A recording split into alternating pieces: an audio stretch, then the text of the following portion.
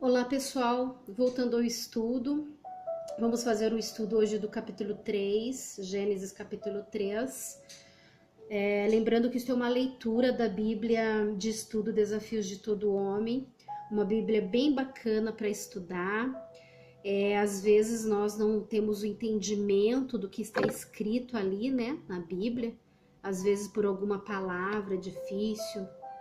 Então, o que eu sugiro a vocês antes de ler, de ouvir esse estudo, ler o capítulo para melhor compreensão, tá? Então, vamos falar então um pouco da criação do homem e da mulher, que diz no Gênesis 1, 27 e 2, 15 e 25, para que a gente possa dar continuidade ao estudo, capítulo 3. Deus criou tudo que existe no cosmos, desde uma ameba microscópica e os seus pequenos insetos, até os vastos planetas e galáxias. Mas sua obra não estava completa até o momento em que criou as mais impressionantes criaturas. Os dois primeiros capítulos de Gênesis nos apresentam duas narrativas levemente diferentes do processo usado por Deus para criar a humanidade. O relato mais resumido em Gênesis capítulo 1 nos diz que os humanos foram criados à própria imagem de Deus. Isso não quer dizer que os humanos sejam deuses, mas que temos algumas características do Criador, inclusive nosso tipo de criatividade dado por Deus. A narrativa mais longa em Gênesis 2 fornece mais detalhes sobre como Deus criou Adão e Eva.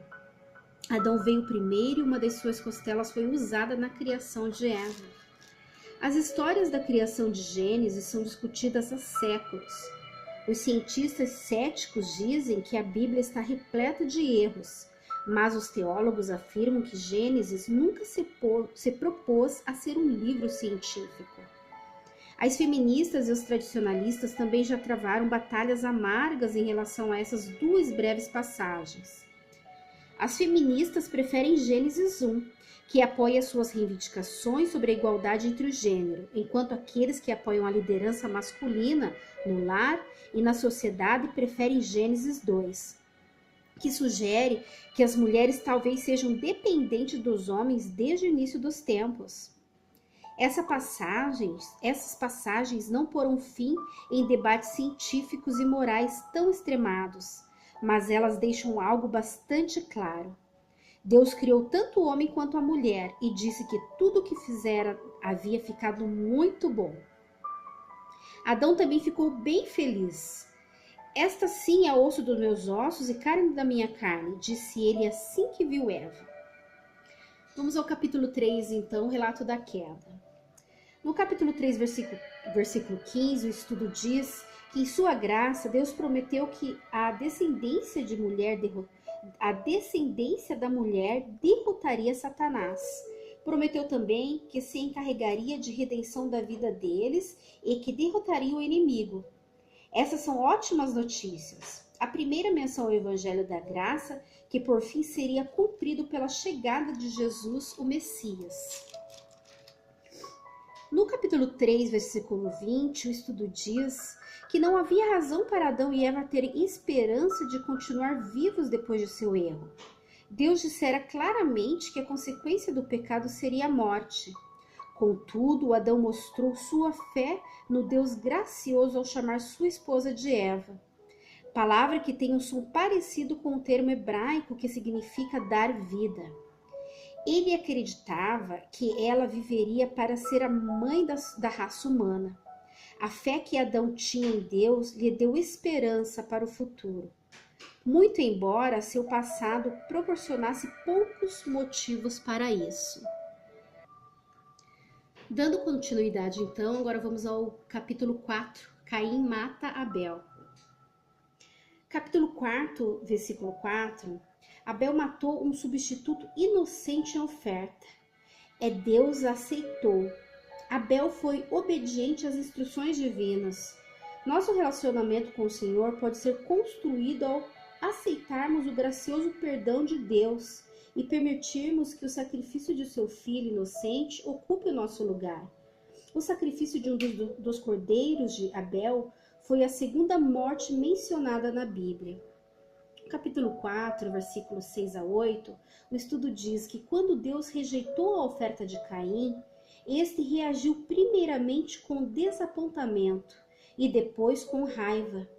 Deus não rejeitou Caim por causa de seus sentimentos extremados, mas lhe ofereceu uma nova oportunidade. Que tristeza o fato de Caim ter rejeitado essa segunda chance e ter saído para matar seu irmão. Precisamos ter cuidado ao enfrentar obstáculos na vida. Devemos pesar com cuidado os sentimentos fortes que nos atingem, antes de agir de acordo com eles. Se não fizermos isso, podemos perder uma excelente oportunidade de ter um recomeço. Deus não fica chateado com os nossos sentimentos extremados. Nossa renovação espiritual se baseia na graça de Deus, que sempre nos oferece uma oportunidade de começar de novo. No capítulo 4, versículo 15, o estudo diz que, ao contrário do que alguns já ensinaram, a marca de Caim não era um sinal de culpa, mas um sinal que Deus deu a ele para sua proteção. Mesmo depois de seu grande fracasso, o Senhor desejava protegê-lo do perigo. Muitos de nós olham para trás e se maravilham ao constatar como Deus nos protegeu, mesmo antes de começarmos a buscá-lo. Ele quer que sejamos restaurados e nos protege do mal a todo instante, para que não sejamos destruídos. Mesmo depois de nossos maiores fracassos, nosso Deus grandioso, gracioso, deseja apenas nossa cura e restauração. Capítulo 4, 19 a 24, diz que algumas pessoas insistem em afirmar que a raça humana está se desenvolvendo e ficando cada vez melhor.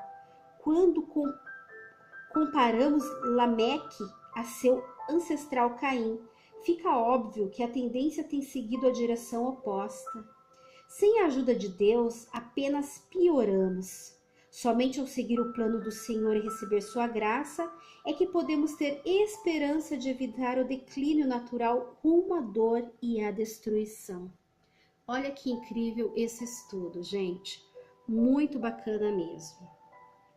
Para o próximo capítulo, para o próximo estudo, vamos estudar o capítulo 5, a descendência de Adão. Um grande abraço a todos, espero que tenham gostado deste estudo. Compartilhe com os irmãos, inscreva-se no canal e aos pouquinhos vamos estudar a Bíblia até o final. Um grande abraço.